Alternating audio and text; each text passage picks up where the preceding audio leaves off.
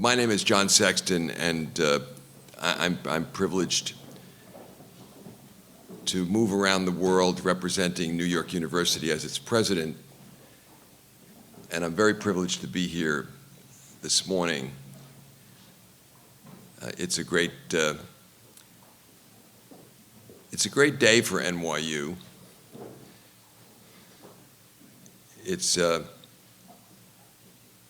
It's impossible to be here in this moment in these 2 weeks that have unfolded here in our city without thinking first through the lens of the events that came to us with this name Sandy.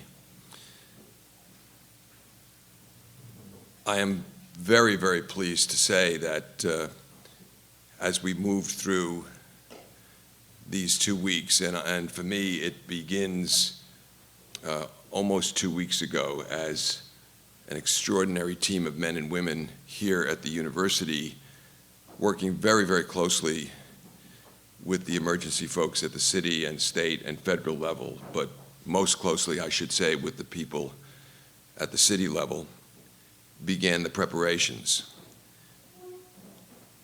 And the word hero, heroine, is a word that has been used a lot, generally about New Yorkers over these 2 weeks, but it's inspiring to see the members of this community rise to where that word is appropriate.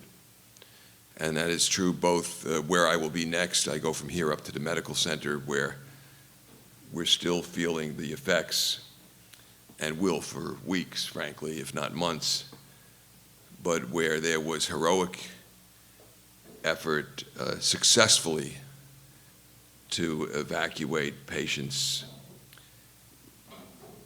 and where there and here, thanks to equally heroic effort down here. I mean, I had in our kind of mission central control, which was established up on the 12th floor of the library, where there were, scores of people from all different parts, from security, from telecommunications, technology, maintenance, buildings, of course the academic people, because we're interfacing one of the key decisions we had to make, which was not easy when we made it, now it looks very easy in retrospect, was early in the week on Monday we decided to call off classes for a week. And that allowed almost 70% of our residential students, our 18,000 residential students, to make plans to move to places where there was power. And that meant that we, in this building, in this room, we had roughly a quarter of the students to care for that we would have had otherwise. This room, I visited this room on Wednesday night to try to keep the students' spirits up. Alec Baldwin came with me. My visit might not have kept their spirits up. His visit and his stories did, and the camaraderie, the spirit in the room was quite remarkable. And the stories, just the vignettes, because it's a New York story, but it's also a human story, a story of resilience. So with the cooperation of a person that will be remembered in the history of New York City as an important contributor to the unfolding of the city, a person who's always loved the city as the city and thought of it in a long-range way, not the way Americans tend to think of things, quarter by quarter, but decade by decade. And I speak, of course, of Commissioner Amanda Burden. So I think we should recognize Amanda. Stand up for. Thank you.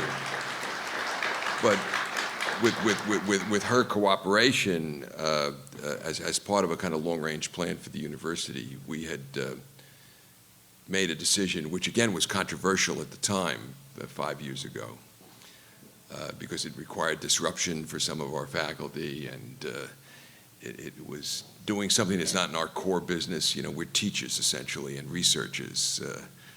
So to build a massive cogeneration plant is not the thing we do day in and day out. But we made the decision that this was important. We frankly made it not because we expected Hurricane Sandy. We made it because it was green and allowed us to be carbon neutral, and for a lot of other reasons, including the fact that it was economical, so it saved pressure on tuition and things like that. But the fact that we had 40 buildings, including this building, including the library, that had light and power was important for us as we staged relief for the displaced students and gave as much relief as we could to faculty, families, and then in gradually expanding circles. I've gotten wonderful emails from members of the community, because little things like, we forget that in this world we've created, people have to charge phones. So just opening up this building from 8 to 4 each day to allow people from the neighborhood to come in and have some water and charge their phones and so forth was an appreciated thing, even if we had to put them out at 4 so that the students could bed down. So this was exciting. But my favorite story is that one of the buildings, not all of our buildings were on the cogen plant, and on the super blocks, as they came to be called in our community, the space between where Washington Square Village and Silver Towers are. There are high-rise buildings down there. And the cogen plant ran to the south block, but not to the north block. This created, because our faculty live in those buildings, so it created a kind of blessed and cursed world. It was hard for all of us. Like, my building didn't have any power, and so I, since my wife died, my children decided I should have a dog. Well, 4 times a day I walked up the 11 flights of stairs and put my little Havanese in my arm and walked down the 11 flights of stairs, and so that Legs, as he's called, could have his walk. But in a way, everything around us was dark, so it was the normal, right? But the poor folks in Washington Square Village had to look out at Silver Towers, which was fully lit, and they could see their colleagues having dinner and so forth. Happily, some of the colleagues in Silver Towers invited some of the colleagues from Washington Square Village over. But my favorite story is there was a fella in one of our buildings, 505 LaGuardia, who was going to run in the marathon. So this person was, to say the least, well-conditioned. And of course, he found out he wasn't going to run in the marathon. But what he did was he got himself a pith helmet with a light on it, and he became the building runner. So people could have food delivered, and he would meet the delivery man downstairs and then run it up the stairs to the older person who couldn't get out of the building. And this is classic New York. And when we realize how fractionated societies become and so forth, when we begin to think about the doom side of the evolution of the world as we see it, you have examples like that. You have examples like the moral surge of our community, and I'm very proud of it. And the important thing, the headline is that in a vast community like NYU, not a single injury, not a single death.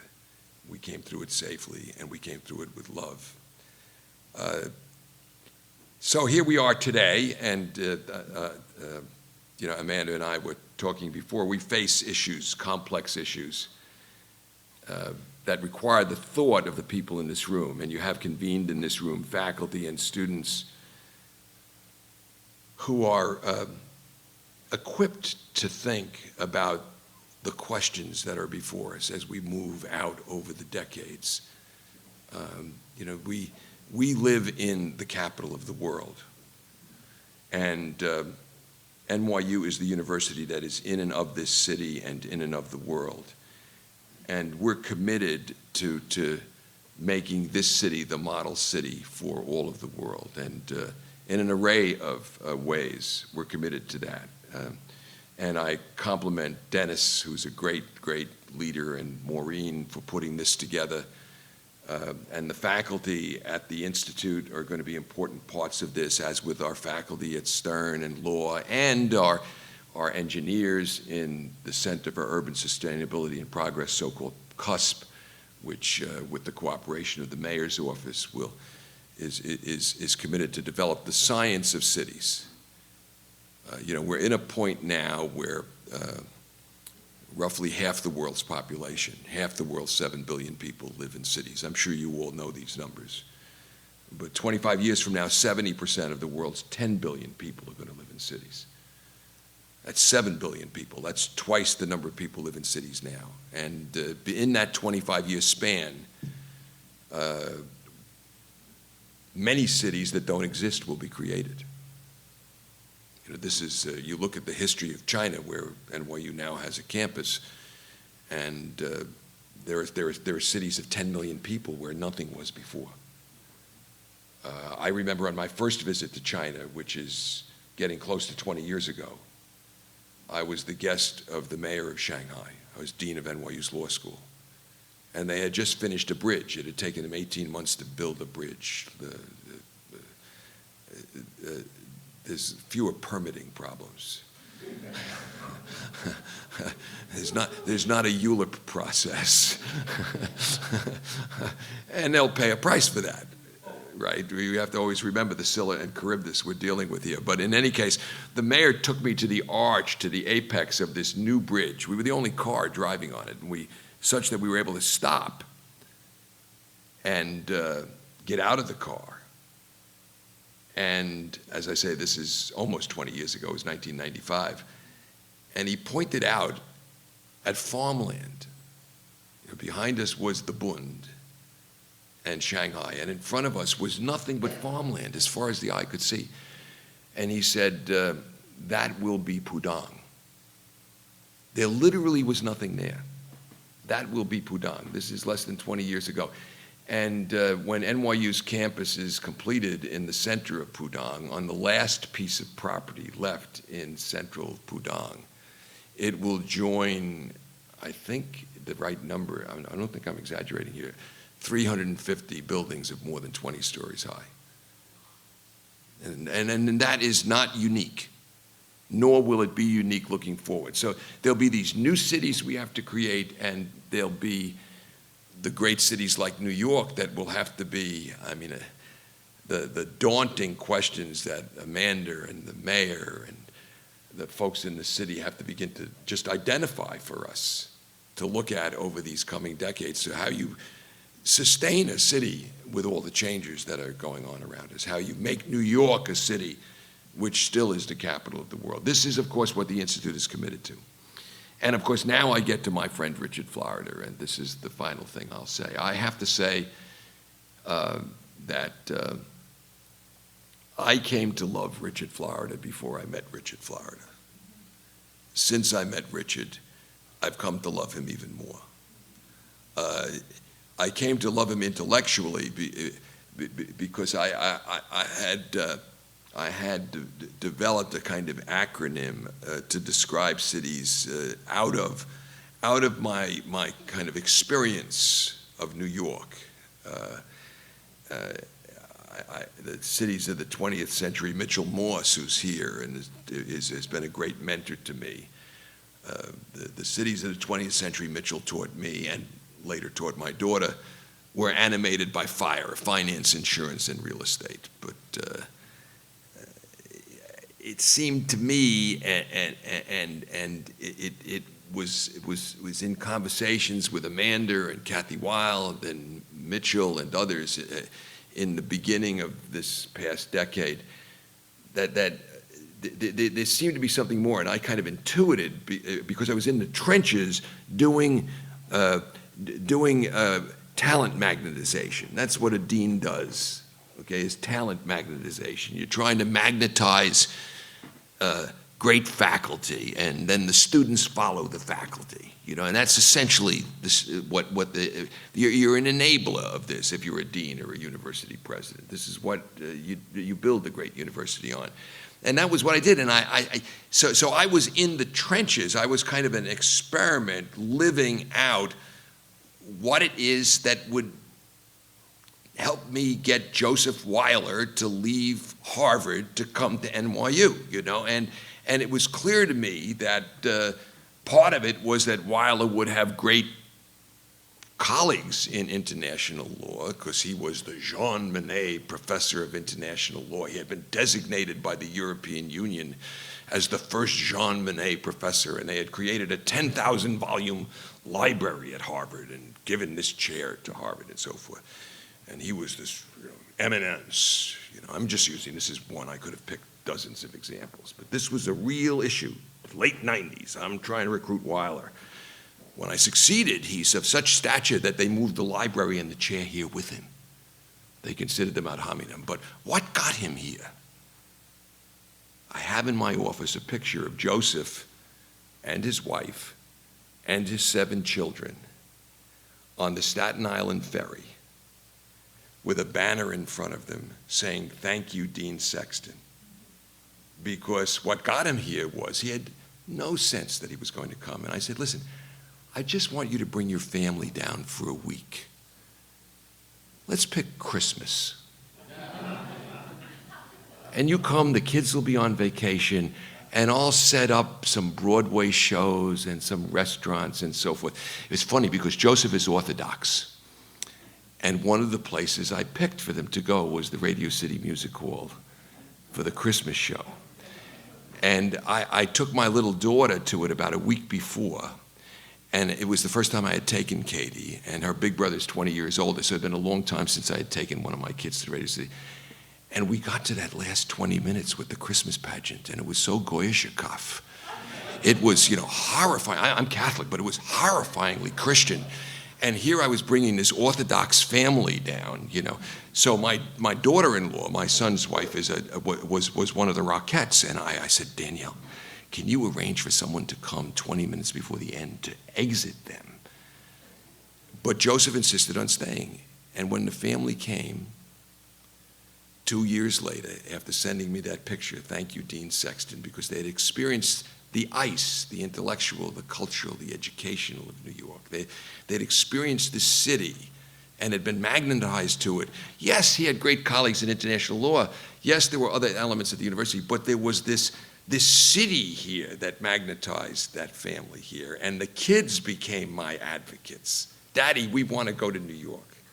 And his wife Ruth became, and then my only problem was, could I find a place in New York where they could raise their bees? And we did. We did. Turns out you can raise bees in Riverdale, and you can walk to the kosher. So all of this was necessary, you see. But this is talent magnetization. P.S., as I say, 2 years later when they were here, "Let's celebrate, pick the event you loved most to go back to," they chose Radio City Music Hall to go see the Christmas show again, to show you the cosmopolitan nature of New York. Well, this is what Richard has been writing about for decades, really. This is his life. This is his life story, and he is the quintessential scholar of this. What was an intuition for me as I began to read his books became actually an idea. And as we ask the questions that are important, it will be research of the kind that he is doing that will inform the answers. So I regularly now recommend to all my students, no matter what I'm teaching, that they set of books. But one of the books on my list, I give them a dozen books they must read that have nothing to do with the course. There's summer reading after the course, and they range from the theological to whatever. But one of them is Who's Your City? Because I say the single most important decision you're going to make is where you live, because that will affect who you marry and what you do. And so the Richard is part of the sinew and fabric of my own thinking. And I have to say, beginning 2 years ago, when he and his wife and I had our first Italian feast at this little Italian restaurant I used to woo people here, the idea grew of his becoming part of the NYU family. And finally, we consummated that idea. And this is, in a way, his inaugural talk here as a member of the NYU faculty. So Richard, onward and upward for the greater glory of God or whatever, but most of all, so that we here in the capital of the world can be a beacon of light of what cities should be. It's my absolute delight, ladies and gentlemen, to give you my friend, my colleague, and my mentor in many ways, Richard Florida.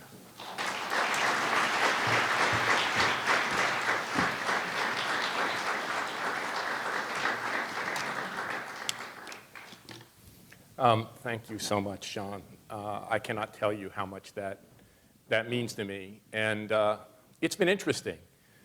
John knows, and Rose Scanlon, and Mitch Moss, and many of you here, my wife Ronna knows. I don't usually spend an enormous amount of time preparing for lectures because I kind of know my subject matter. And as you see, I speak extemporaneously. I spent the better part of the last month preparing for this. I generated a deck of 150 slides. I promise I'm not going to show them. And probably 20 pages of talking points. But in doing that preparation, I went back and read several things. I'll talk more about that. But one is, John, I went back and read everything you wrote on the NYU website and everything I could find on this transformation from, as you said, from fire to ice, and the evolution of your ideas about talent magnetization, and creating a center and idea capital, the global network university, the role of New York, this incredible idea John, President Sexton has of a spatial endowment, which is just an incredible thing. And then I went back and I read someone you mentioned. I went back and read, and I'll talk more about this, Mitch Moss's 1991 study called Reinventing New York.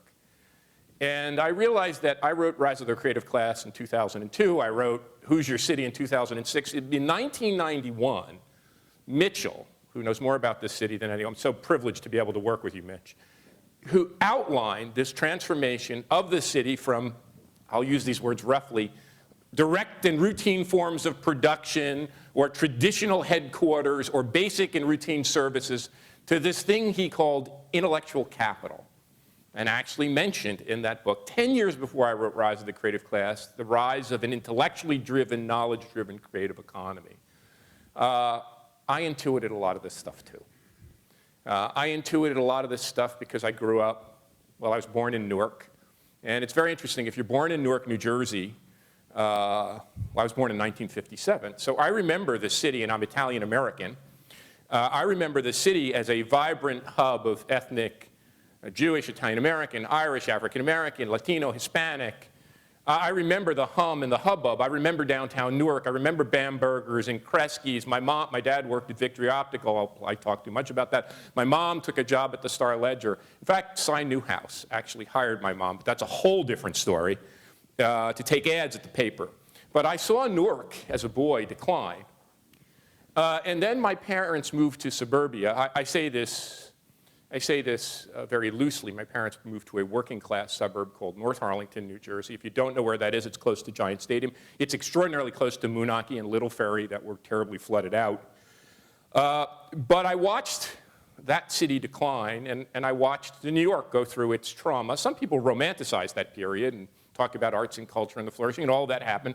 But I watched all of that, and in preparing for my talk, I also went back and read Hoover and Vernon's Anatomy of a Metropolis. If you haven't read it in a while, 1961, the same year Jane Jacobs wrote Death and Life of Great American Cities, you should read it.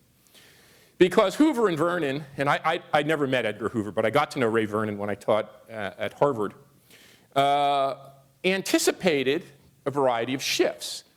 And it's interesting. In that book, they were talking mainly about how to stabilize the core, how to stabilize Manhattan, how to keep it a flourishing business district in the wake of these terrible forces that were undermining urbanism. The flight to lower density. That's what they say. The flight to lower density. That those who could afford it, just imagine how puzzling this seems now, paradoxical, that those who could afford it were purchasing the movement out of high density to low density. So anyway, what was so remarkable to me was to watch over the course of my career. I became a faculty member. I went to graduate school at Columbia, or Rutgers College as an undergraduate in the mid-70s, graduate school at MIT, and then Columbia in the early part of the 80s, and then a faculty member from the mid-1980s on, to watch this urban transformation. And John, I intuited just like you. I looked around, and in fact, just so you know this, the ideas that are in Rise of the Creative Class actually came from me trying to understand the university I then taught at. It's very interesting that the three universities that have been a big part of my life, NYU, Carnegie Mellon, where I taught for nearly 2 decades, and the University of Toronto, where I have an appointment now and run a research center in addition to NYU, are partnered at this incredible cusp. Well, I was trying to understand why Pittsburgh was losing its faculty recruitment battles. It's the God's truth. I was trying to understand why when I asked our students at Carnegie Mellon where they wanted to live and how many wanted to stay in Pittsburgh, a city that I thought had some assets, not a single hand went up. They wanted to go to more vibrant, energized, talent-magnetized cities. And I was trying to understand why technology at that point could grow up around places like Stanford and places like Boston. But in fact, Carnegie Mellon's engineering faculty in computer science and electrical engineering and in robotics were equal, and in terms of productivity on a per capita or per research dollar basis, and what I figured out, it was all about this talent magnetization effect. And that in fact, it was this interplay of what John has come to call an idea capital or an idea center or a university putting out these transmission signals in a city. And that's how Rise of the Creative Class was born. What I want to talk about today is the beginnings of a project as part of a whole burgeoning effort of a large group of people to better understand global cities and how global cities operate and what are their mechanisms in what I have come to call a spiky world, but in particular that is motivated by a question I think Rosemary Scanlon, who runs the Schack Institute and is part of my home here. Rosemary Scanlon asked me before I even decided to come, what will the New York economy look like after the financial crisis? What will the New York economy be after this shock that hit Wall Street and the financial markets? And then we started to talk. We started to talk with Rose and with Mitchell, with Hugh Kelly, with Mikia Constanescu, with colleagues at the University of Toronto, colleagues at the Santa Fe Institute, colleagues, many of here, Tim Marshall from the New School, Rich Greenwald, and a whole bunch of other people, great data people. We started to puzzle over this question, New York as almost a lens, I don't want to call it a laboratory, a lens into this problem. And what we said is it's not just the financial shock. Look at the past decade. New York has been hit with 4 or 5 dramatic shocks. First, there was the tech crash and the recession early on in the decade. Then there was the absolute trauma and tragedy of the attacks of 9/11. Of course, when I was writing Rise of the Creative Class, people said to me, this will invalidate your theory. When people see that our big, dense cities are vulnerable to terrorism, these kinds of attacks, they'll all move out. Not only that, then we had the financial and economic crisis of 2008, and then people said, and I'll talk in a minute about exactly what they said, that New York was doomed, and then there's the hurricane and the weather-related events. And what came out of that conversation, it was the beginnings of this project that I'm going to talk about today, and it's going to be at least a year in incubating, is the fact that New York has emerged stronger. Any one of those crises could have flattened, probably would have flattened another city. But New York has emerged stronger.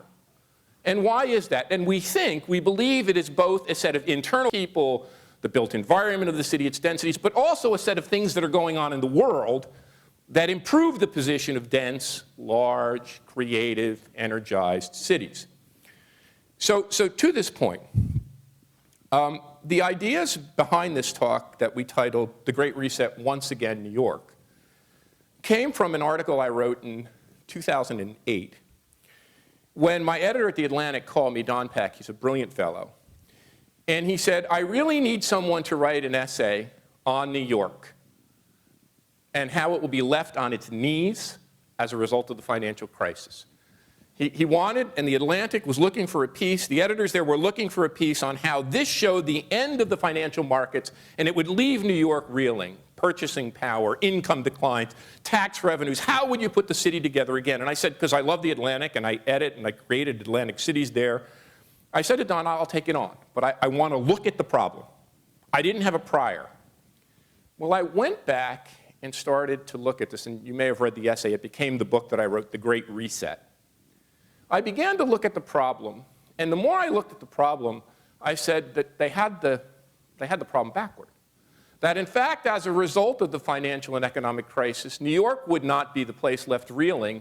It would be other sprawling, housing-dependent, perhaps Sunbelt cities, maybe some of the industrial Rust Belt that we're seeing their manufacturing industries eradicated, but places like New York or London, large and not just financial or fire-denominated cities, cities that I'll talk about that had these diverse kinds of economies, would come out stronger.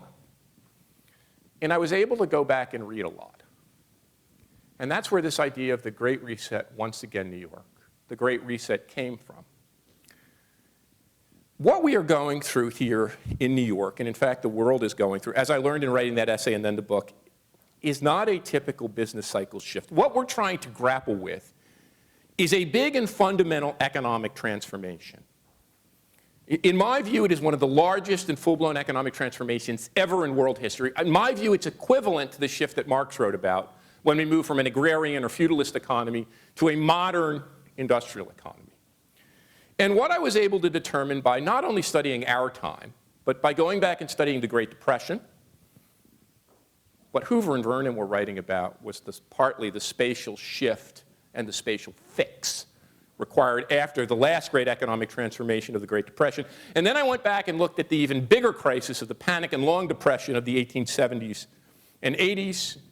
And I looked in very close detail at what happened. And I just want to outline what these resets are.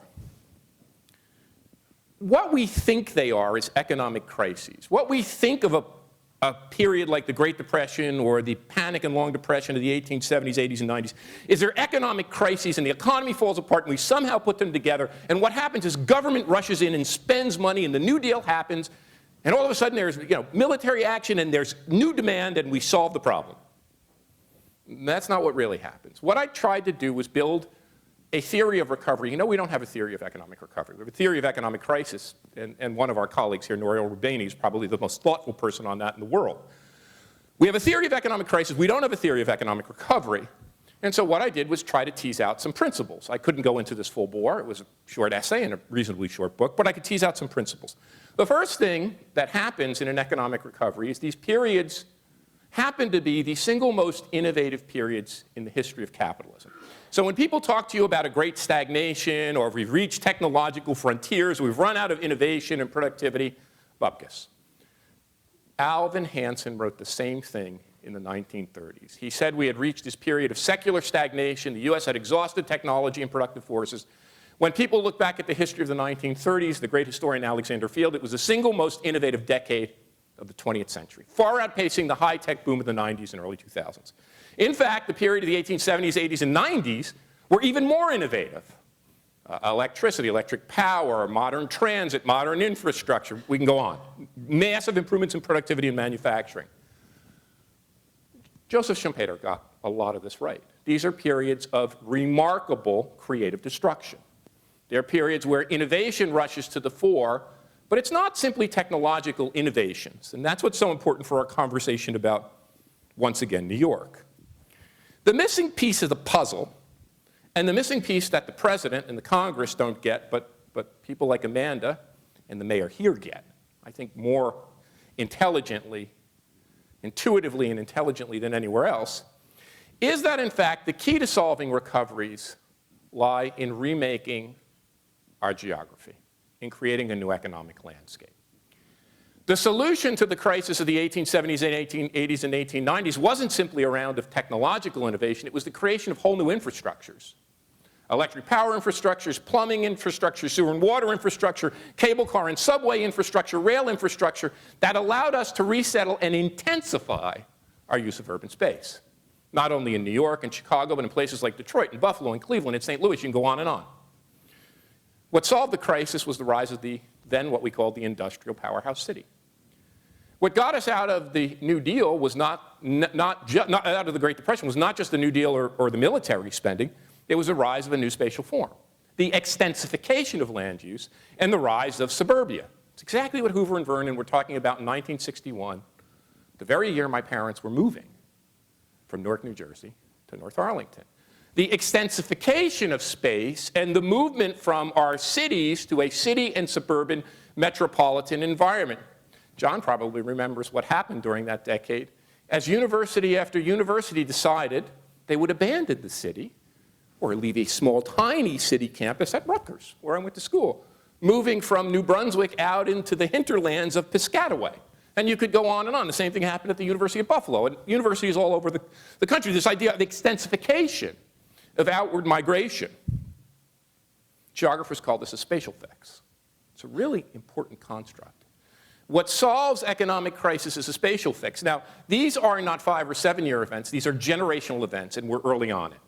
We're in the first 5 or 6 years of a generational event. I'll just use my dad as a calibration mechanism. My dad was 8 when the economic crisis hit in 1929.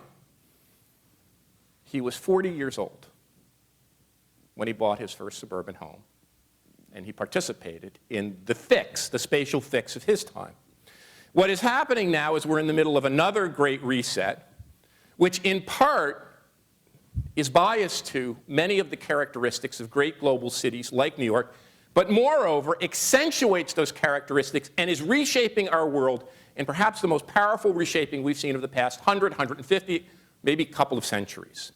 And New York and other large global cities are well positioned to succeed. And that's what I want to talk about today. And I want to leave time for questions, so I'll try to be quick.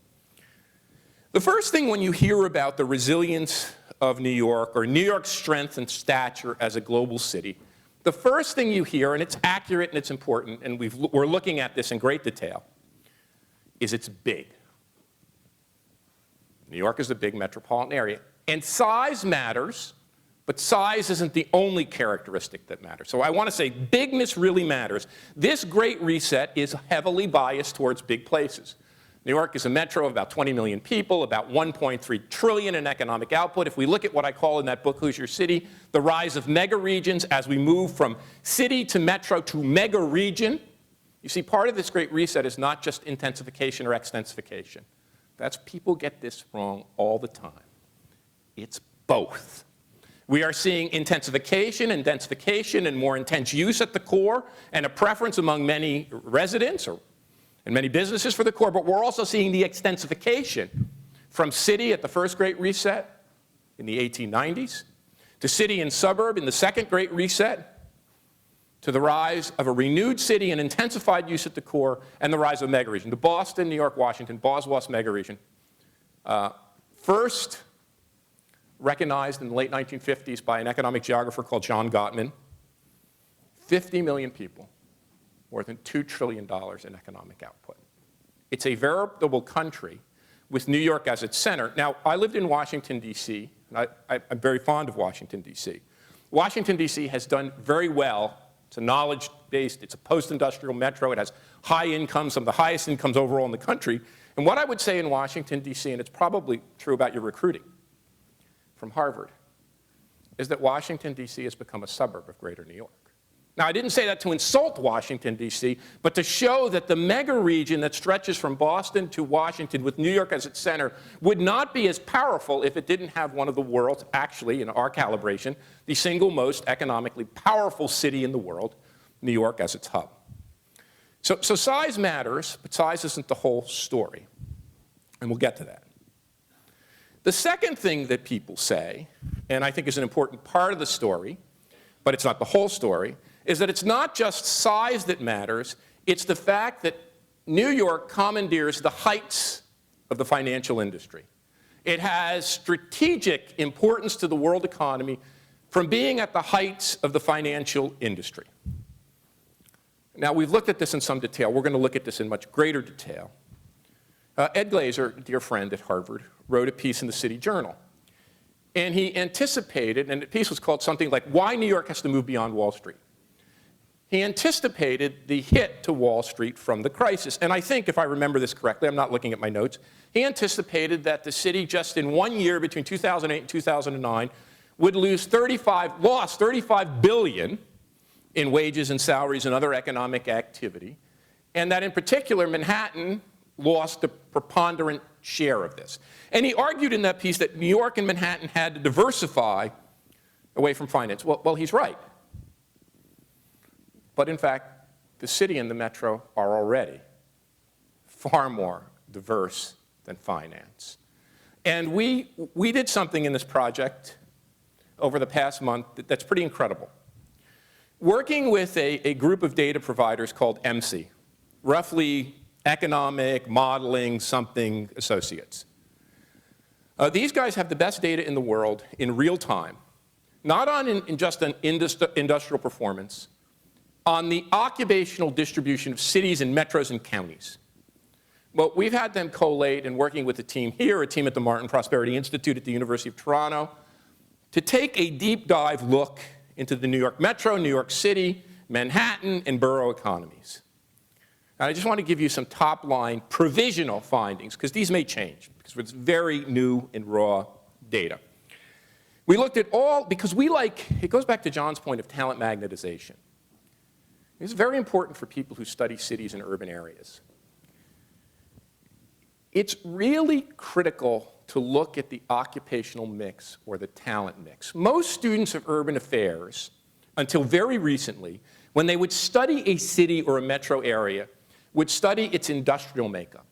They would study the firms and corporations, Mike Porter, a dear friend at Harvard, the clusters of industries that define a community. One of the big advances, just from John's intuition, my own intuition, was to begin to use a different kind of data on employment or jobs or occupations. Not simply what firms make, but what people do. And by looking at this occupational mix or talent mix, you can get a much more powerful view into the actual skill sets and capabilities and capacities of an area. The Bureau of Labor Statistics collects this data for over 800 occupations. So we looked at this in great detail. Yes, finance is important, but Mitchell was right on this and other. New York is much more than a fire economy, and the data show it. In fact, when you look at, now obviously Manhattan's very dependent on Wall Street, cities reasonably dependent. When you look at the metro data, New York has about 6% of its occupations in the metro, in finance and business broadly. It ranks 18th. Places like Charlotte and Hartford and San Francisco, even Washington, D.C. and Baltimore and Denver are more dependent as a metro. It has a higher share of dependence in terms of wages. It ranks 9th. But still places like D.C. and San Francisco and Denver and Charlotte and Hartford. We looked at these occupations, and we looked at something called a location quotient. Don't mean to bore you with what a location quotient is, but it basically is how your city or metro performs relative to the country.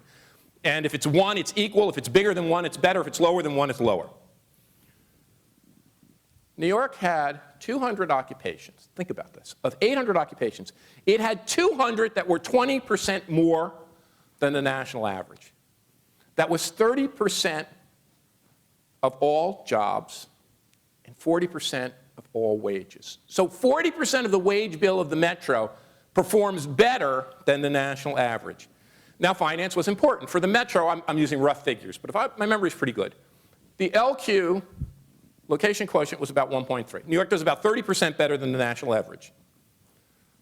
But if you look at these fields that John called idea capital, Mitch called intellectual capital, I called the creative class, science, technology, arts, culture, design and entertainment, business and management, healthcare and education, you get a very different picture. Of those fields, 3 or 4 really drive economic growth and development according to our studies. Obviously, science and technology, and the university has made it important with Brooklyn Poly.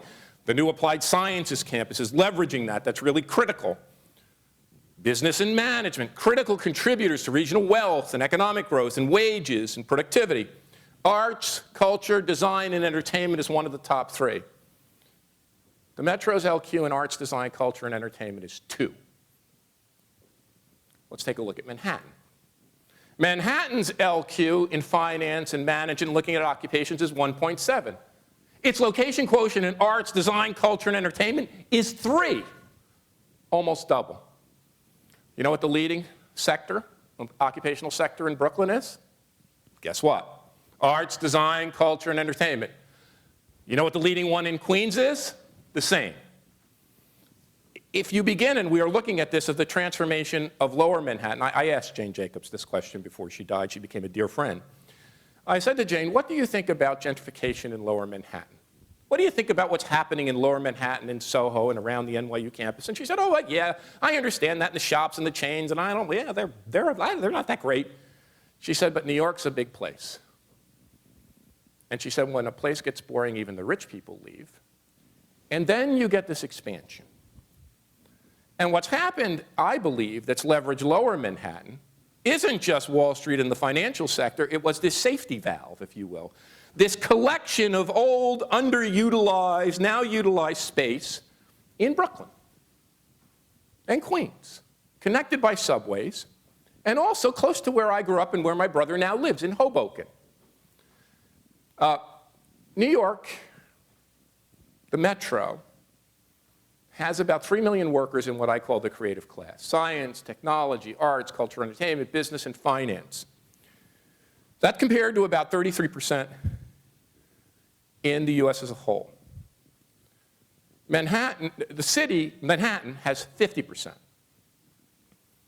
When we look and zoom in, and I'll be writing more about this, at the census tracts that compose not just the city but the metro area, all of the census tracts that compose this great metro area.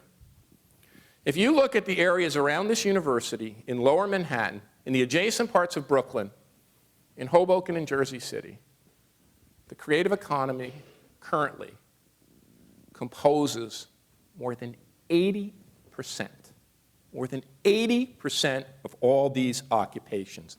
This is a broad, diverse economy, and in fact, when we look at London, or we look at Toronto, you could even factor in Shanghai. When you look at the world's most, Tokyo, Seoul, Paris, when you look at the world's most successful global cities, you see something, LA as well, very unique happening. These cities are focused on a set of occupational sectors, on a talent mix that has finance as one of them, but has media, entertainment, arts, and culture at the cutting edge. What are these? These are not only creative and idea-driven, they are very fast-moving, fast metabolizing sectors. They benefit not only for size, and an important essay I wrote with a couple of colleagues at the University of Toronto and one in Sweden. We looked at the arts and culture mix and found that they not only benefit from scale economies, they benefit powerfully from what we call scope economies. And Bill Baumol here is one of the fathers of this field.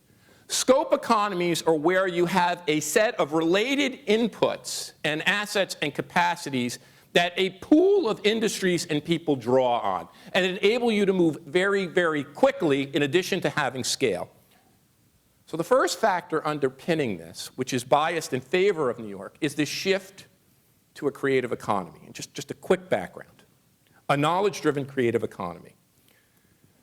This shift that we are going through from the industrial economy to the creative economy, that's been percolating now for 2 or 3 decades, that we've all been trying to wrap our arms around, is one of the biggest, if not the biggest shift in the nature of our economy in world history.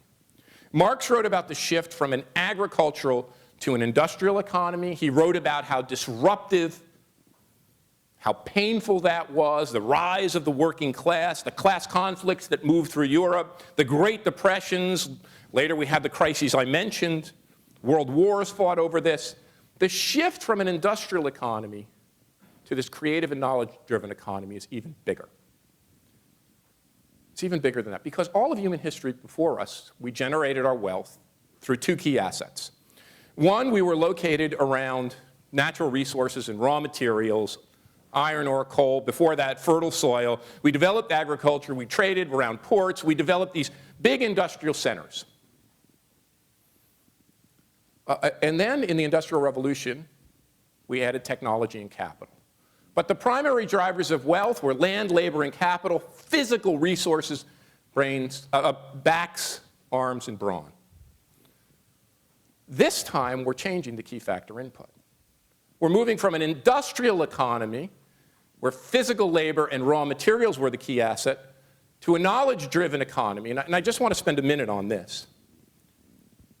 Other people have grappled with this.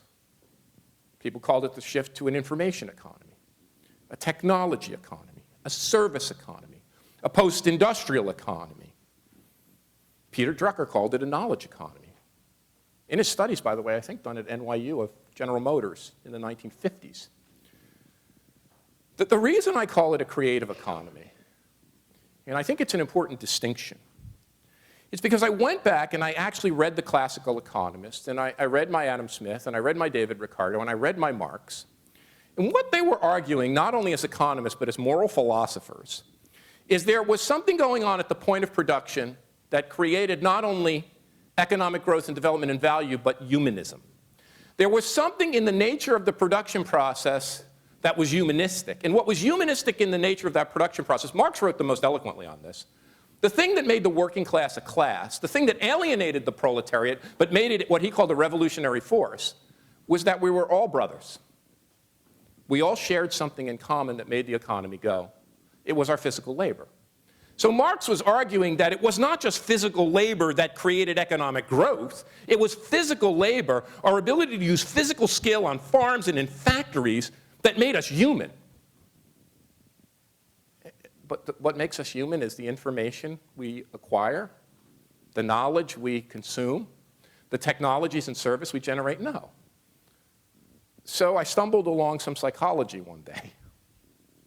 And when I went back and read that psychology, I learned something that we all know in a university because we all stand on the shoulders of giants. We all share our intellectual labor. We produce in teams and we harness the dead labor and the people that came before us. We stand on the shoulder of giants. The thing that makes us all human isn't our physical labor. It's the thing you see in every little boy and girl, any one of your children or grandchildren, any kid playing on the playground, your nieces and nephews. It cuts across gender, it cuts across race, it cuts across ethnicity, it cuts across sexual orientation. You don't have to be bigger and stronger to have more of it. It's this thing that makes us human. It's our innate. It's what separates us from other species. It's our human creativity. That's what lies behind this notion that we're moving from an industrial economy to a creative economy. It's not just a set of sectors. It's a basic and elemental economic resource that we all share. And New York, because of its size, because of its scale, because of its diversity, because of its scope and other factors that I'll get to in a moment, is particularly well positioned to succeed and win in this shift from an industrial to a more creative economy. Which brings me to a second major point. If the sectoral mix looks right, if it's in these fast-moving creative sectors, if New York is biased towards those things, there's a second piece of this that I alluded to before, which is really critical. When we first heard of globalization, we thought that globalization was going to pull us apart. When we first heard of the rise of the internet and new high technologies, we thought that those would eradicate the constraints of distance and would enable people to live wherever they want. They would make our cities and urban areas less important. There were economist after economist, Business Week after Business Week cover stories on this. Tom Friedman told us, the world is flat. The world's flat. In a flat world, you can plug and play from wherever you are. And that's accurate. For a certain set of activities that Shanghai rode to prominence on, for simple manufacturing activities, for standard technological activities, for the kinds of things Hoover and Vernon were saying in 1959 and 60 were leaving New York, the trauma of the, I'm just reading the sections on the trauma of the loft factories. It's just so funny to hear the words loft factory go together at this stage of my life. The trauma being of the loft factories in Lower Manhattan. That stuff was being spread out for the better part of the past century. Oh, and it went to New Jersey, and it went to Connecticut, and then it went to the Sun Belt, and then it went to Mexico, and ultimately it ends up in China. But there's a second part to the story, which we all know about. The second part is as we globalize, we've begun to massively concentrate economic and human assets. Massively concentrate economic and human assets, so much so that in an essay I wrote for The Atlantic, I posited that the world is only partly flat. Most of the world is incredibly spiky. And that's not an either or. They both go together. The world is flattening and concentrating, disaggregating and reaggregating, deconcentrating and reconcentrating at the same time. Now, Paul Romer and I have had incredible discussions about this, and Solly Angel and his team here. And Paul is one of the few people who agrees with me. So you may think this is wrong, and many other urbanists think this is wrong, but I'm going to pin it on myself, and Paul and I have talked about it. You know what's happening in the global city system? It's equivalent to what happened to our great industries 2 decades ago. Remember what happened when our auto industry, and our electronics industry, and our computer industry, and our steel industries globalized? Well, we used to have an auto industry in the United States, another one in England, another one in Germany, another one in France, another one in Japan, and on and on. And we got one. Lots of companies fell out. Lots of companies were destroyed. They experienced creative destruction. Companies at the top of the hierarchy got bigger. There's a simple mathematical principle. It's called the Ziff distribution. I don't want to go too deeply into this, but it basically says that in all of social, behavioral, physical, and biological phenomenon, they follow a simple rank order distribution, where the biggest one is 2 times bigger than the next one, and that's 4 times bigger than the next 4, and on and on and on. Rank order distribution. That's what's happening to our city system, there's no doubt. As Pittsburgh and Cleveland and Phoenix and smaller cities experience trauma, at the top of the hierarchy, New York and London and Shanghai and Tokyo are fighting for that dominant spot. That's the shakeout we are going through. There is a fight for that top position, an enormous shakeout as the world economy and city system globalizes. That means the biggest get bigger, and the biggest get even bigger.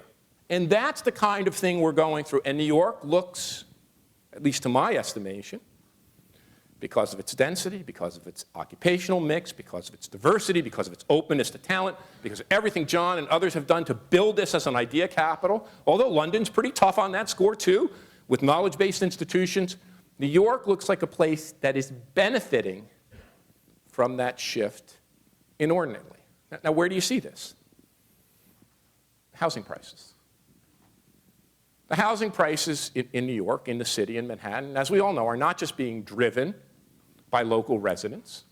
The housing prices are being driven by New York's rise as a global city, not just a global city for corporate headquarters, not just a global city for multinational firms, not just a global city for foreign direct investment, but a global city for talent. And one of the things I wrote about in Rise of the Creative Class, and I think it's still true, is when you look at great cities and you look at their economic performance, there are 3 things that are critical. Technology, key asset, having great universities, having technological capability, scientific assets. But as I learned in my time in Pittsburgh, even if you have great universities, Carnegie Mellon, University of Pittsburgh, those technological assets can bleed away if the community's not absorbing them. You have to be a talent magnet. You have to be a place that not only generates talent, because talent can leave. Talent can say after it's educated, we're going to go wherever we want. The third T is critical. You have to have tolerance. You have to be an open-minded place that people from every part of the world, every ethnicity, the creative economy annihilates the social categories we imposed upon ourselves. Gender, race, sexual orientation, age, disability, I mean, you can go on and on. The creative age leverages and enhances the place that are open to everyone across the spectrum. But there are certain things going on in this new spatial fix, certain things that are going on this shift to a spiky, knowledge-driven, intellectually driven creative economy that are very much in addition in New York's favor. I can talk about a lot of those. But the one that really struck us, and the one that is amazing to me, and the one that I'm devoting a lot of my own time, and this project is very concerned about, but I'd say it's one of the 2 or 3 things I'm devoting most of my own time, is this dramatic shift over the past 5 or 6 years in the location and industrial structure, the spatial structure of high-tech industries. Now, even when I was writing Rise of the Creative Class, even when I was writing Who's Your City, even when I was writing The Great Reset, people would tell you that one of the big problems with my own theory, one of the big problems with my own theory, is that I got high technology industries wrong. That, of course, they would say for the artsy people, the bohemians, the professors who's John's recruiting, who like this cosmopolitan world, for the poets, the musicians, the entertainment figures, the media figures, the writers, the people who are a little quirky and a little off. Of course they love the city, but not for the serious people making new technology. Not for the people building the technologies that are driving our lives. They are suburban. My dear friend, he is a friend, Joel Kotkin, gave this a name. He called it, Florida's crazy. His cities are fine. He called it, what the high-tech people want is a nerdistan. I love that word, a nerdistan. They want an industrial office park in Silicon Valley or suburban Seattle or suburban New Jersey or suburban Connecticut. You know, every city went to build one of these. We need our industrial incubation suburban park. We're going to build this, and all the companies are going to come. What has happened, and I got to tell you guys, we have the most detailed data on this in human history. We got the data, a very good friend of Thomson Reuters, and Dow Jones. We have the data not only on venture capital financed high-tech firms. That data, if you look online, is a mess. They have some cities, some metros, some states, just bad. We got the data not only by city. We got the data not only by area code. We got the data by zip code. We are now coding every single venture capital investment made over the past decade by zip code. Now, it's true. Silicon Valley still has the largest number of deals and the largest volume of investment. But as the Center for an Urban Future report, it's a brilliant report, but our own work is now even confirming New York and New York City is second. It has eclipsed Seattle, it has eclipsed Austin, it has eclipsed Boston, and I have the maps. And when you look at the maps at the concentration of those venture capital investments, it's the same as the Center for the Urban Future, and it comes out, it is all from Midtown South down to Lower Manhattan. This shift to urban tech. I gave a talk at Google when they first opened. It was about Who's Your City, John. Well, I gave a talk at Google, and I said the dumbest thing, as I'm wont to do. I said, it would be really interesting, because I was talking about this thing about location and how it's the most important decision and on and on. I said it'd be really interesting to see if there was a map of where the people at Google live. And of course, 15 laptops were immediately shown to me of the location of where the people who work at Google live. There was one person who lived in suburban New Jersey. The rest lived in Manhattan or Brooklyn or somewhere very close on a subway commute. And I asked the fellow why he lived in suburban New Jersey, and he said, well, I used to work at AT&T Bell Labs, and I'm trying to sell my house in Basking Ridge.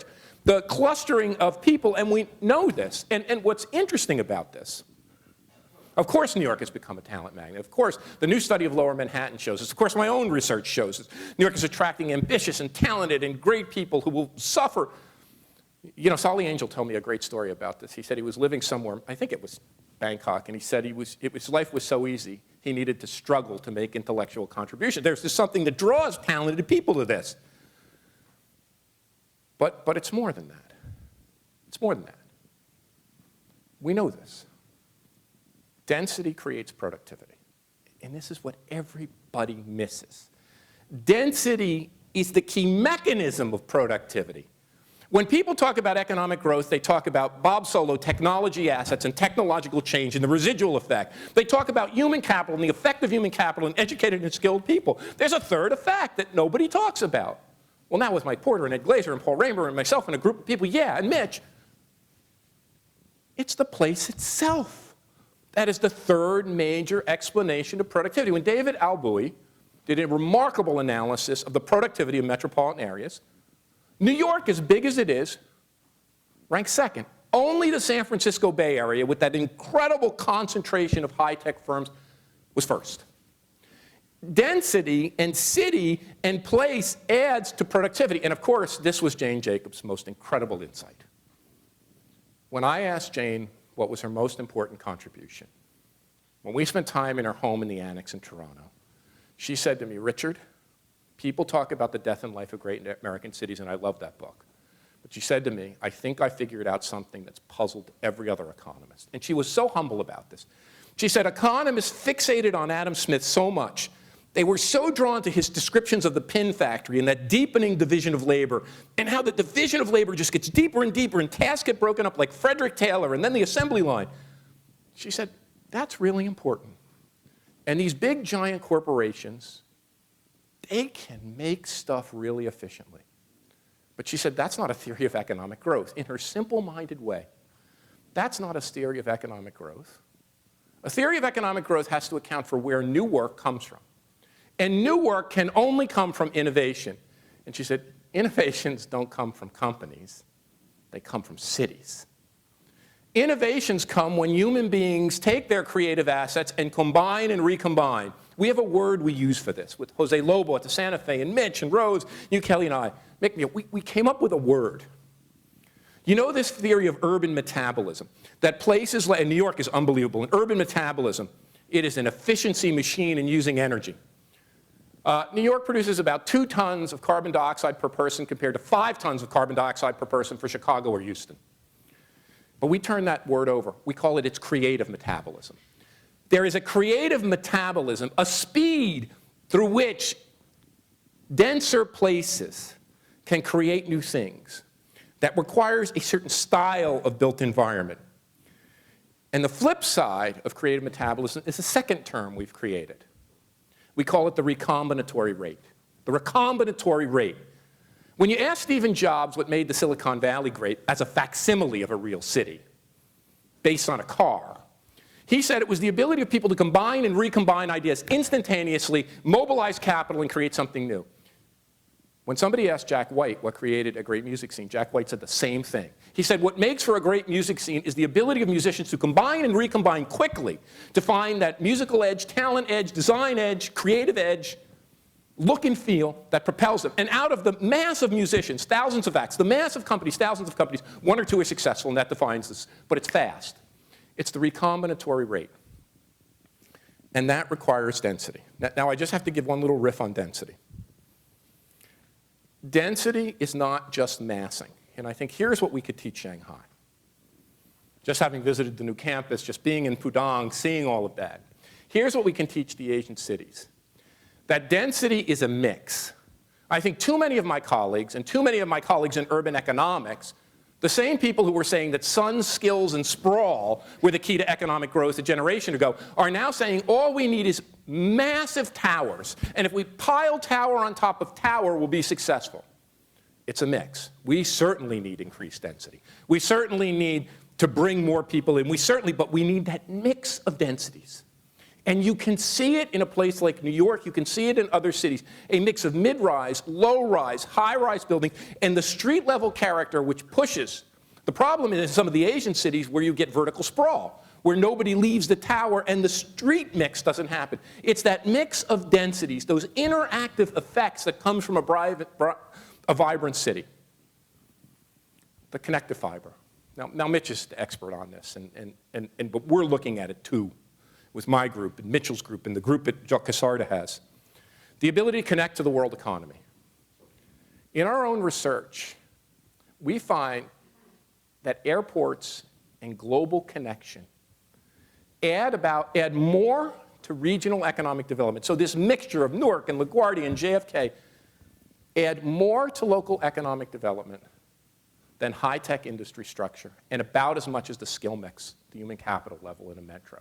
Transit connectivity, the subway systems, the ability to avoid having a car. One of the biggest points in this great reset when you talk to technology people, when you talk to students, when I talk to my students here at the University of Toronto, this amazing shift from wanting to consume lots of space and wanting to own a car. This shift to wanting to have control of your time and to be able to work wherever you are and to get the things quickly without having to commute long distances by car. The ability to use that infrastructure is critical not only to the attractiveness, but to the ability to combine and recombine quickly.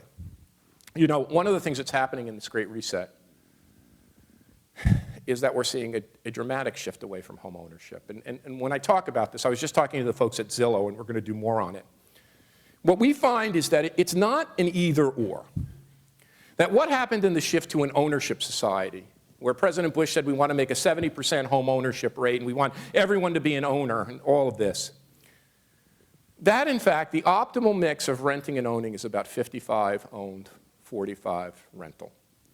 And in those metros that are about that share, like New York, you get more adaptive capability, higher rates of innovation, more flexibility. And when you see metros that have 80 and 85% home ownership rates, and as the people from Zillow said, when you start to see countries with 80 and 85 home ownership rates, you start to see very stodgy, unadaptive places. So the mix of apartment and flexibility, co-op and condo, and suburban home ownership plays a role.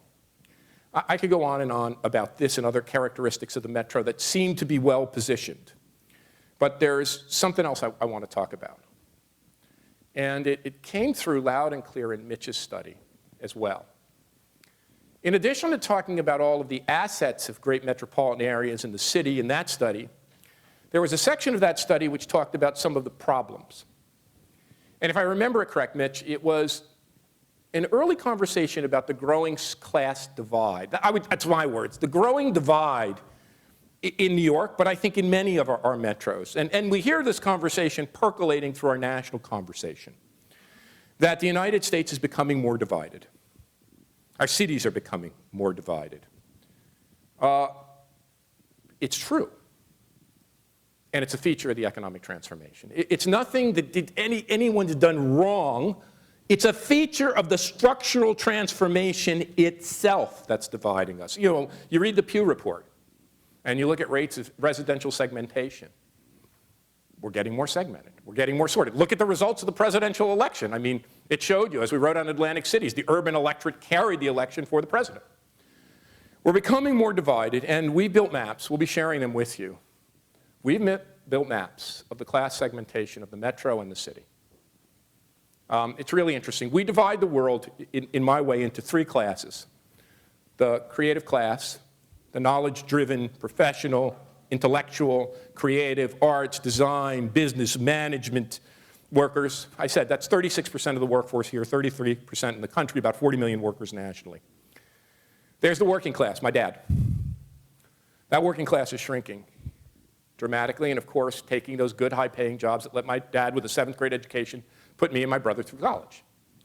Those working class jobs, if you include not only factory work, but blue-collar work in transportation, moving materials, all of that kind of thing, installation maintenance, about 22% of the national economy, about 16% of the New York economy. If you look at our maps, you see the creative class concentrated in around Lower Manhattan, going up and through Manhattan into Brooklyn, of course. You see the creative class out in some of the suburbs. You see the working class concentrated where? In one place in the whole metro, exactly where I grew up, between Hudson and Essex and Passaic County in New Jersey. And that's all that's left. And maybe a little speck out in the Bronx and another speck in parts of Brooklyn. But literally evaporated. In New York, less than 5% of the workforce, even with the rise of artisanal manufacturing and everything that's happening, less than 5% of the workforce actually makes things. You know what the biggest class is? The service class. Mitch identified this a long time ago. It's a service class. It's more than 4 million workers, nearly 50% of our workforce. Nearly 1 million people work in office and administrative work in this region. Another 350,000 in personal care, service work, personal health care. The creative class averages 75 or 80,000 in wages. Many of those occupations over 6 figures. You know what somebody working in the service industries make? 25,000 or less. It's precarious work, it's contingent work, it's temporary work.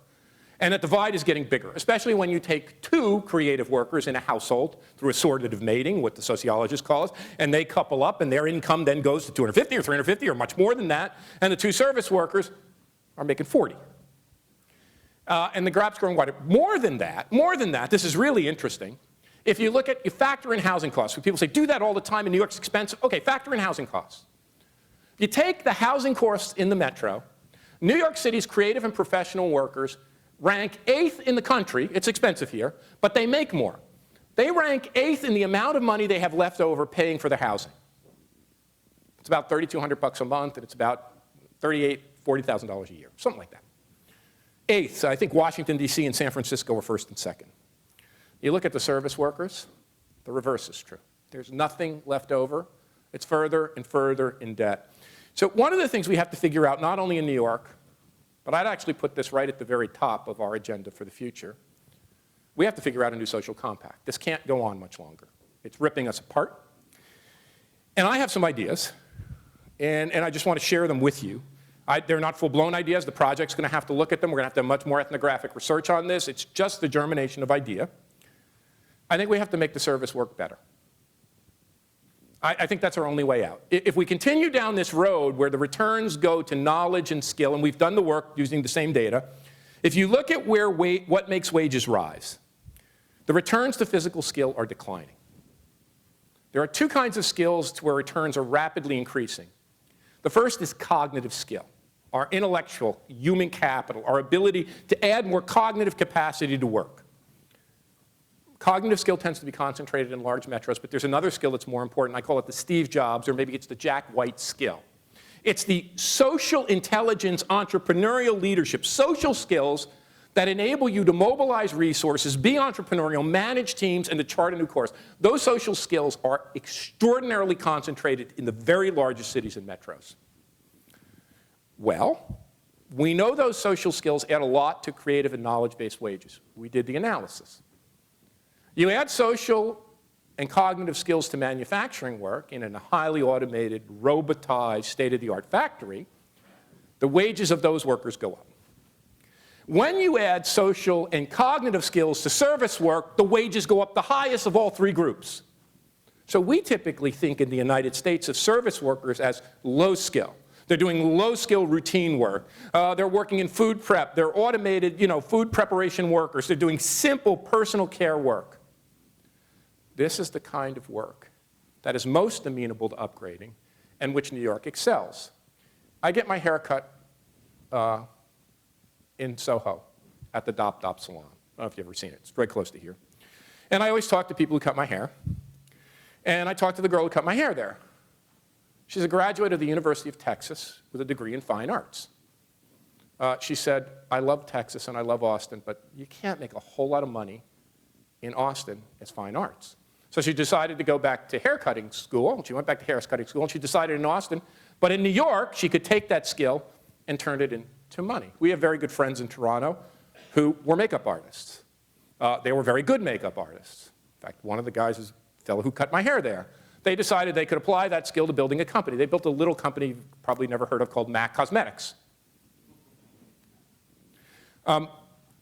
The transformation of service work has to be high on our agenda, and it has to cut across this bad debate we're in about if we just can elevate wages.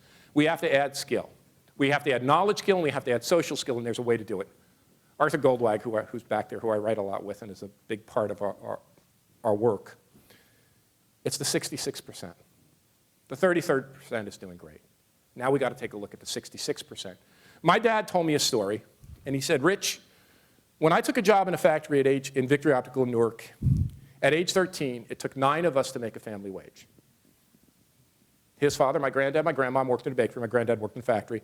His brother and his siblings all worked to make one living wage. He said, I went off and he fought in all the great battles of D-Day, Normandy, stormed the beach at Normandy, was an infantry soldier, came back from the war, and he said, as if by magic, I had a family supporting job. We always forget that we made manufacturing work, good work. It was terrible work. When Marx wrote about it, when the reformers in New York wrote about it, when the garment workers organized, it was horrible work. We made it good work, and now it's gone. So we got something else we have to do. We have to make together by leveraging skill, and we know how to do that in factories. The factories that did it, that were successful, the factories that I studied in my initial research projects, the factories that I went all over the world to look at in the United States and Europe and Japan, the ones that were successful were the ones that aren't. That's where my theory is built off. It's not a theory of musicians and bohemians. It's a theory built off the experience of the best factories in the world. They tap the knowledge, the creativity, and the intelligence of their workers. That's why my dad told me Victory Optical was successful when I was a little boy. It's because of the knowledge and the intelligence and the creativity of the people who work here. creativity isn't a resource that we all share. We're wasting it. So we have to dig down deep. And I'm just going to give you one example. Sorry to go on so long, and then we'll throw open the questions. We've been working very hard, my wife Rana, who's here, and colleagues, we've been working very hard with a fellow named Tony Hsieh in Las Vegas. I mean, Tony Hsieh is the founder of Zappos. He's a 35, 36-year-old guy. And one of the things Tony figured out, he moved the company from San Francisco to Las Vegas, lower cost. And he figured out very early that he could be successful by taking service workers who were disgruntled in Las Vegas, working in a casino, being not treated very well, or a hotel. He could take those young kids at the time, they're now getting older, and he could give them a purpose. He could bring them to Zappos, and he could give them a job, maybe starting in a call center, maybe routine. It could be very simple work, but he could start to give them a job with purpose, and he could pay them a little better. He started them off at $35,000. Not a lot of money, but better than maybe 35 grand a year. And then he learned that it was creating a culture of welcoming them, their ideas, their capabilities. He wrote a book, he called it Delivering Happiness. That what he wasn't delivering was shoes, but he was delivering happiness, promoting them from within. And we went for the tour, and we met the workers, and they've worked their way up. You know, and it's just crazy if you watch the 60 Minutes, and he treats them well, and now they can make a living wage. Then he realized something. He realized that he was out there in Henderson, Nevada, and he was out there, and all of them had to have suburban homes. They could buy it, they could rent it. Now, it's cheaper than New York. But they had to have a car, and if they had a wife, they had to have 2 cars, and they had the kids, they had to shuttle them around. It was a huge burden. So Tony got the idea. He read the same book, John. He called me one day. He said, Rich, I'd like you to come out, Rana, bring a group of people. I want you to see what we're doing. Well, Tony said, I got to get away from the suburban model because there's another way to add happiness to my people. I'm going to move back to downtown Las Vegas. He bought the old City Hall. And he turned it into his new, it's not fancy, by the way. It's very bootstrap. It's very basic. It looks like it could be in Queens or Brooklyn or parts of Jersey. It's not a fancy Class A office space. It's very basic, you know, retrofitting an old City Hall, a 1950, 60 City Hall. He said, why we're going to do that is because I can then grab some of these condos around here, and I could turn them into shared living space. Kind of what New York is thinking about with the micro apartment. I can turn them into a shared communal apartment with shared kitchens, and the people can live there much more affordably. And then what I'm going to do is instead of having my internal kitchen and my internal shops, I can build a little city. And he said, if you want to be successful now, you don't build an industry or firm, you build a city. So I can fill out that neighborhood. He set up a $350 million real estate fund, which is smart, not just to build his company, but to find local entrepreneurs and local shop owners and bookstore owners and coffee shop owners, and to put money into them to help make them successful, to build a city. And then he said, if I build a city, I can leverage the other part. You see, Zappos not only has service workers, there's a lot of people who work on our technology. There's a lot of people who work on our new algorithms and work on our new ways of shipping and logistics. And I can use them to create new startup companies. He's now attracting companies to downtown Las Vegas. You see, that's the challenge we face. We have a lot of assets. It's a global city. It's doing better in the spiky world. It's leveraging the creative talent, the globalization, the diversity. But the thing that's going to face us moving forward, particularly as the city rebuilds, and we'll talk about that another time, from the hurricane and all of the things we have to do environmentally and with resilience. But the biggest challenge facing is how to tap and harness that creativity that lies within every single individual. And my hunch is, that formation of not only this new creative, knowledge-driven agenda, the formation of this new kind of urban social compact, my hunch is it's not going to come out of Washington. I don't know why I feel that way. Maybe you feel differently. My hunch, having lived in Washington, is Washington is now not a place that innovates. That this new way of forging an urban social compact, which is about harnessing the skill and creativity of everyone, starts in cities. And my hunch is the first place it has to start is here. Anyway, thanks for your patience and listening. We have plenty of time for questions.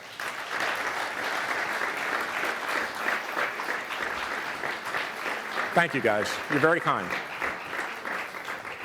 So fire away. And the thing I will say, by the way, is if anyone here, by the way, I have plenty of critics. I learn a lot from my critics. I want to say this. I actually embrace my critics.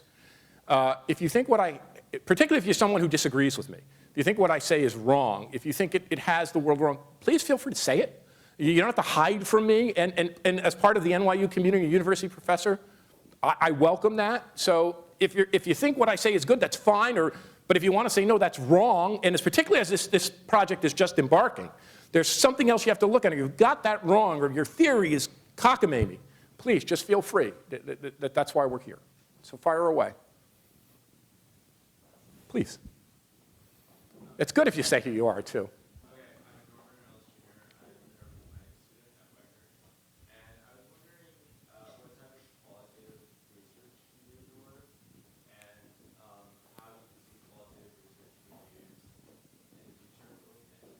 Well, first of all, thank you. The question was, if you couldn't hear it, is what kind of qualitative research that I do, and how could I see it being used? The first thing that's important to know is I am basically an ethnographic field researcher. I do not have many data skills, analytical skills. I'm not an econometrician, but I've surrounded myself with some of the best statisticians and computer scientists and econometricians around.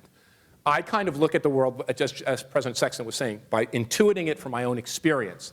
One of the things that Rose and Mitch and you, Kelly, and others are going to do is really embark on a big qualitative ethnographic piece. So if you're interested in doing this, this is something that over the course of the next year, we're putting about a year of just the first phase of work on this study, going out and interviewing, looking at neighborhoods, looking at businesses. This is a big, important component of what we're going through. So we'd love to have you part of it. If you can catch any one of it, my email, by the way, is florida@creativeclass.com, if you want to send me a note. But qualitative research, along with quantitative data research, will be the backbones of this project and study. It's where all my insights come from. I'm trying to look at hands, please, over there.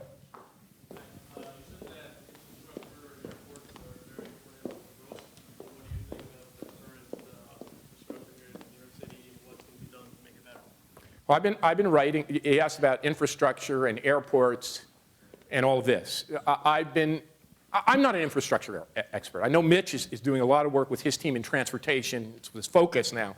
And not only transit and transportation and highways and walkability and bikeability, but also airports.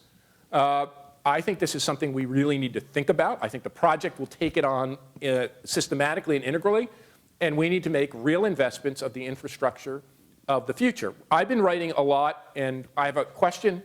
I have a conversation today at Atlantic Cities with a fellow named Andrew Zoli. You guys know him? He wrote a book called Resilience, and then John Rose, who we all know, John Rose, urban planner here in the city, about how you build more resilience into the infrastructure. And one of the things that comes out of that conversation is it's not just prevention. That one of the things we have been learning, not only from the experience of New York during Sandy, but the experience of many global cities, it's the adaptability and flexibility that comes to communities and neighborhoods. So yes, we have to make investments in upgrading on our infrastructure and having great global infrastructure, local transit infrastructure, but we also need what we call in that conversation soft infrastructure, not only hard infrastructure, soft infrastructure that enables this very rapid adaptive fiber. And what's interesting to me, you may think I'm wrong on this because it's only emerging. What's interesting to me in tracking this, I wrote a Daily News op-ed in it earlier this week. What's interesting to me is that the densest part of the metro where many, in fact, my friends who are big infrastructure experts always said, density is not good. Density is where you get the real cost. What seems to me to have happened is the densest part of the city adapted the most quickly. So there's something in density, even though there's vulnerability, there's something in density. So I think we have to look at a 21st century infrastructure in a new way. Airports are apart, transit's apart, and all sorts of other infrastructure apart, but it'll be a big part of the study.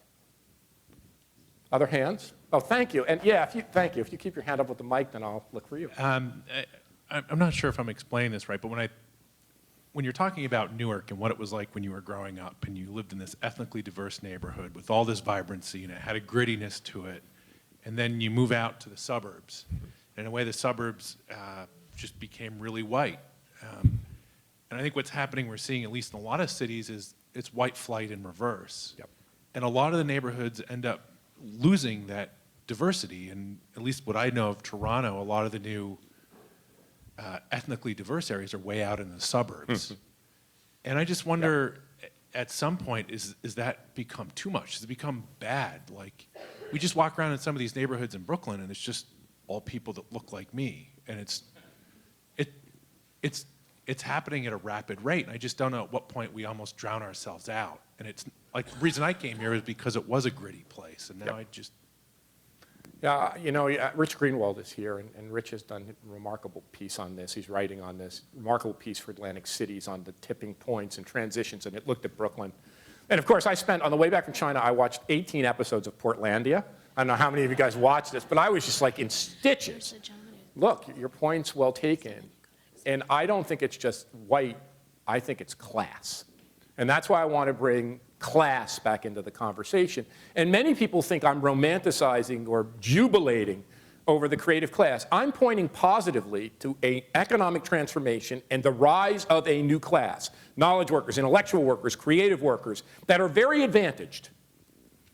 And then this other class of service workers that are being displaced and pushed further. Now, there is a race element, obviously.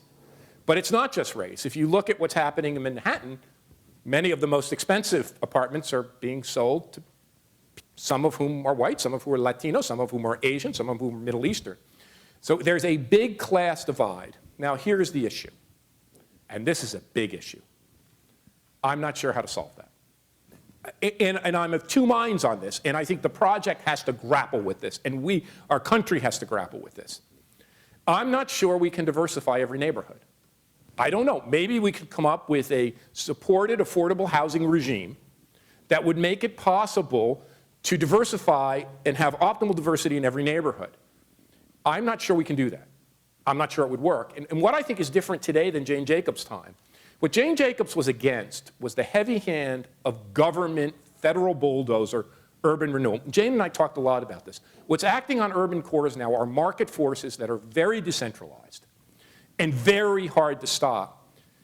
So on the other hand, it might mean thinking about ways to raise wages. It might be thinking about ways to raise wages of service workers and to create enough transit flexibility so that people can live in the region in the way that they desire, affordably, and have a good life, but not necessarily be intermixed in the same neighborhoods. I'm open on that one.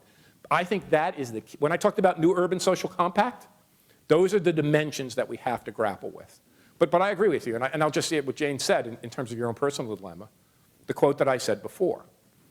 She said, don't worry about it. And I said, why? It's the quote she told me. Richard, don't worry about it, because when a place gets boring, even the rich people leave.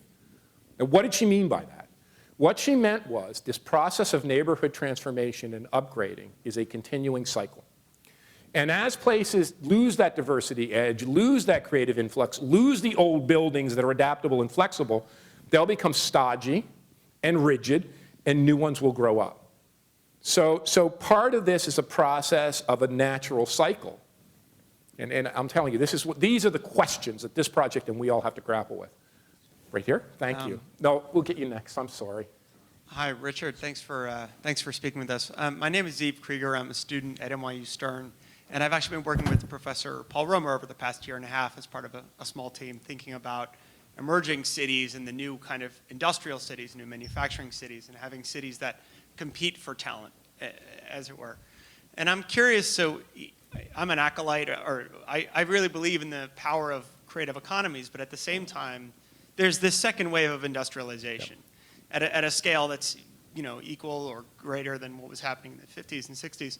And how is the cycle different this time, right? This is not your grandfather's manufacturing becomes more humane. How does that process evolve, and what does it mean for the new resource economies and the new urban and manufacturing economies? Well, I don't know enough, but I am learning from Paul. And there's a question right here, by the way, also, just to show you guys with the microphone. We can go there and then come back here. But I don't know enough, so I'll be dangerous. The first thing I can see is that many Americans look at industrialization through biased eyes. I just came back from Tijuana. I know the maquila factories really well. I just saw what Jim Fallows posted on Chinese factories. Many times we see things a little bit biased, and my own hunch is that much of the industrialization that's gone on in the emerging world is better. The factories I saw in Mexico were a big improvement over the traditional Mexican conditions. Certainly China and Shanghai has been better off with this first wave of industrialization. I was just in Shanghai talking with the directors of the city government about how they have to shift, that their wages are already sufficiently high, that they have to shift into more intellectual, creative, idea capital, all this stuff. and much of the manufacturing was moving. So my hunch is we're going to industrialize very rapidly. I believe the world has a spatial division of labor, that spatial division of labor in manufacturing is going to shift to cost-driven locations. And I think in general, we should help and promote economic development in the emerging economies. And one of the big parts of my other life here will be trying to figure out strategies for global cities that work. But I think those are the really important questions. Do we have another question at that table? Or there's a question there. My name is Matthew Blesso. I own a development company and a few real estate-related operating businesses. And I was wondering if you could talk a little bit more about how you see New York in 10 or 20 years from now. And specifically, there are a couple of things you said that I'd like you to pick up on a little bit. You talked about if things get boring, even the rich people will leave. And you talked about, in terms of what's driving this current reset, about this influx of tenants that are all going to Midtown South and below and into Brooklyn. And does that mean if we project forward, you're seeing no one's going to want to be in, say, the GM building in Midtown? And, you know, in terms of where people want to live, it seems that on one hand you have the creative vitality is what obviously attracts, you know, it makes a neighborhood interesting and then attracts, you know, more money people. But at the same time, you have buildings on Central Park where people are paying $10,000 a foot to live there. And do you see that sort of disappearing at some point? And, you know, are you envisioning all of Midtown, all of Manhattan turning into what, say, the Upper East Side is like today, and that it's just sort of a trend that continues south and east to Brooklyn? I don't know, but this is why I wanted part of my appointment in the Schack Institute, as I told Rose, and why I work with the ULI, because I need to learn a whole lot more about real estate. I'm an urban planner, urban policy type. My general prior is we'll look back on this and see a decade from now, and $10,000 a foot won't seem expensive. So I think we're looking at an even bigger wave of real estate property appreciation in New York and London than we've seen. I think the forces that I talked about, the Zipfian city, the shakeout in global cities we cannot even imagine where this is going. Can I predict what areas of the city? No, no one could. Could anyone have predicted Brooklyn or Queens? Or if you would ask me Jersey City when I was a boy, I'd be like, no way. So you can never predict, but I think Jane Jacobs' stipulation is right. As certain places become more expensive, it's going to shift. And certainly with transit connectivity, I could see it shifting north again. Absolutely. You know, it looks all great downtown, and it looks all great in Brooklyn and Queens, but if the differentials are enough, it can shift. And I don't know enough. I'm not a real estate expert. I'm not a real estate investor. But I think that the general thing is up, and up more than we can imagine. I see Dennis here. Do we have time for? I know this. You've been. We have one more question. One more question, please. You've been so I patient. think the gentrification and displacement, which we're doing a series of lectures this year on affordable housing, going back to Left Frac City, and this remarkable amount of it's been built, but it has a stifling effect on liquidity in housing. So we become like Amsterdam and parts of Germany, Eastern Germany, and you drive the growth and dynamism in housing towards ex-slums and lofts, or non-conforming uses, or manufacturing areas. So there's this whole drift of search for location among the creative classes. But the answer, which I think we need to do, we're studying public housing repurposing in Brooklyn, is to overcome the inherent static nature of affordable housing, where you don't have the liquidity that you need to keep the vibrancy. Now, I don't know the answer to that question in any way whatsoever, and it's not an ideological good intentions gone awry.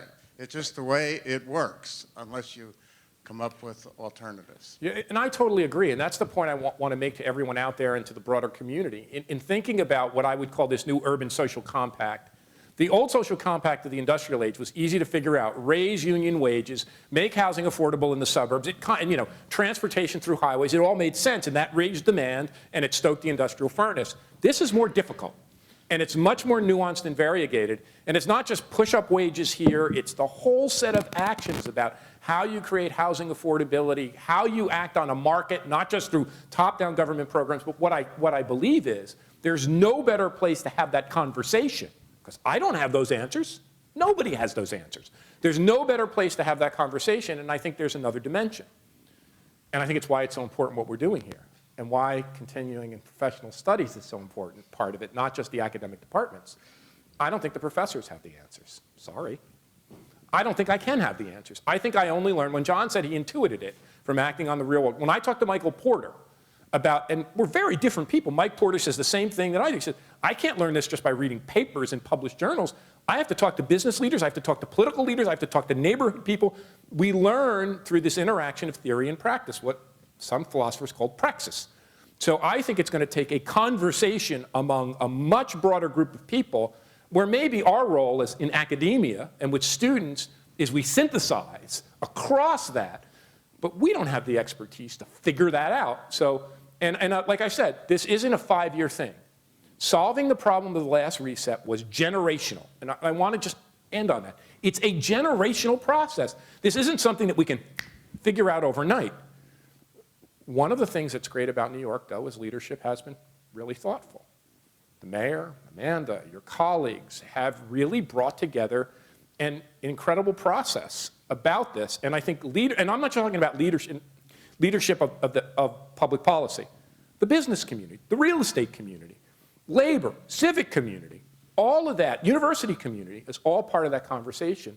So that's where I think New York can lead. If you really want to ask me, that's where New York can lead in helping to have this conversation about true city building. And true city building, not just building steeples and towers for the affluent, and it's building a city in which everyone has a stake and everyone's creativity is meaningful.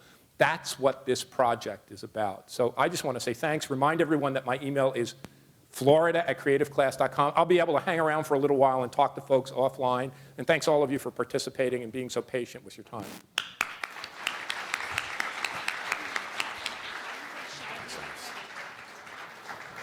Just on behalf of NYU, SCPS, and the Schack Institute of Real Estate, we would really like to thank Richard for coming out today and sharing his vision for this project. We are very excited about this initiative, and stay tuned because we will continue the conversation with all of you as the project evolves. Thank you for coming today.